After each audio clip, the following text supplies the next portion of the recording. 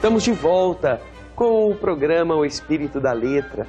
Cada semana um capítulo novo do livro Nosso Lar. Estudando a obra de André Luiz é o objetivo desta empreitada. Iniciando com o primeiro dos livros, Nosso Lar. Semana passada vimos o capítulo 8º, a organização de serviços. Agora vamos para o capítulo 9º. O capítulo que fala sobre problemas de alimentação. Por quê? André Luiz está na cidade, está agora vendo como tudo se organiza, como tudo é complexo e bem trabalhado.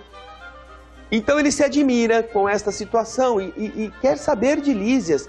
Puxa, mas então deve ser muito complicado organizar tudo isso. Eu fico vendo como que deve ser a questão do abastecimento. Não existe aqui nenhum Ministério da Economia, como nós poderemos ver no texto, não é? Logo a seguir. Então Lísias usa o capítulo 9 para explicar as questões da organização do abastecimento.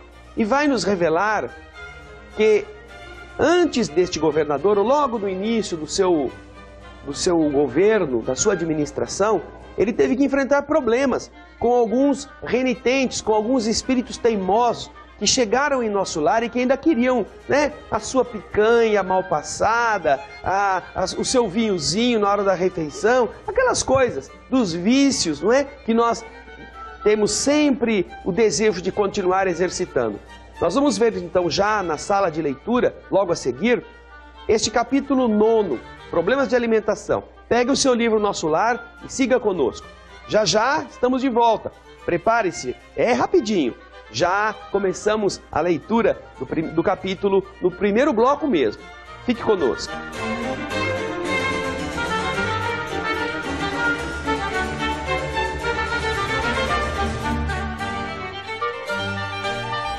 Então, estamos na nossa sala de leitura. Vamos já pegar o texto do livro Nosso Lar, no capítulo 9, para tirarmos conclusões interessantes. André Luiz, como dissemos, está surpreso por não haver um Ministério da Economia. E então Lísias explica para ele. Acompanhe o texto. Antigamente, os serviços dessa natureza, da natureza de organizar, de distribuir, não é? Assumiam feição mais destacada. Deliberou, porém, o atual governador atenuar todas as expressões de vida que nos recordassem os fenômenos puramente materiais. Tudo aquilo que a gente trazia da terra e que lembrasse as expressões que a gente estava acostumado na terra, o governador atual resolveu atenuar.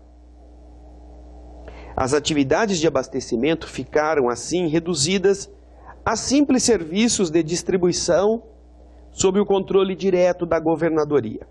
Aliás, a providência constitui medida das mais benéficas.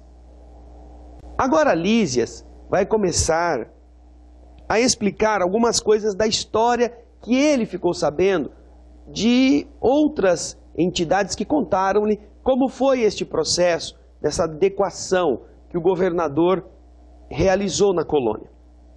Acompanhe então o que diz o Espírito Lísias. Rezam os anais são aqueles compêndios, aquelas anotações, aqueles relatos históricos, registros históricos que fazem a história de uma comunidade, não é? Rezam os anais que a colônia, há um século, lutava com extremas dificuldades para adaptar os habitantes às leis da simplicidade. Muitos recém-chegados ao nosso lar duplicavam exigências. Queriam mesas lautas, mesas fartas, bebidas excitantes, dilatando, ampliando velhos vícios terrenos. Apenas o Ministério da União Divina ficou imune de tais abusos, pelas características que lhe são próprias. No entanto, os demais viviam sobrecarregados de angustiosos problemas dessa ordem. Os outros ministérios tinham todos eles problemas com pessoas temperamentais, com pessoas acostumadas aos hábitos que traziam da terra. O que fez então o governador? O governador atual, continua Lísias, não poupou esforços. Tão logo assumiu obrigações administrativas, adotou providências justas.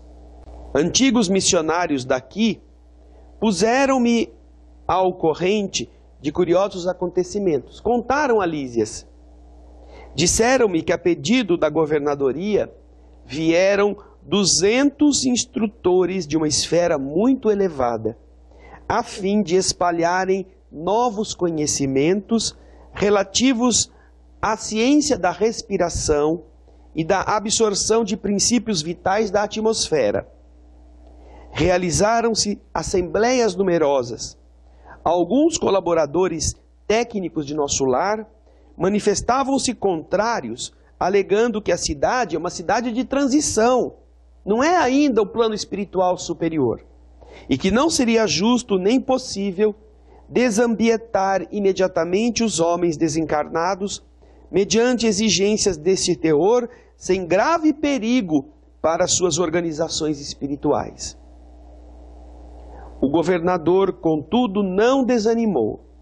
Prosseguiram as reuniões, providências e atividades durante 30 anos consecutivos. Algumas entidades eminentes chegaram a formular protestos de caráter público reclamando.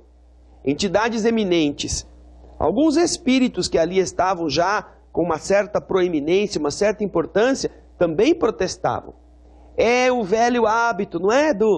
Da carninha mal passada, da batata frita, da caipirinha para abrir o apetite. Então, esse povo desencarnou e queria do lado de lá continuar do mesmo jeito. Quando então o governador primeiro trouxe 200 instrutores de plano superior para ajudar a explicar como que nós poderíamos obter nossa alimentação espiritual dessas fontes do mundo invisível. Invisível para nós, mas muito visível para eles. A atmosfera, o ar, a água, a inalação destes recursos seria suficiente para manter a energia necessária. Só que o hábito do cachimbo faz a boca torta. E ninguém gostava muito dessas modificações, tá vendo? Como é difícil para o ser humano modificar-se. Também em nosso lar houve este problema. Há alguns séculos atrás, como conta Lísias. E então, desistiu o governador? Não.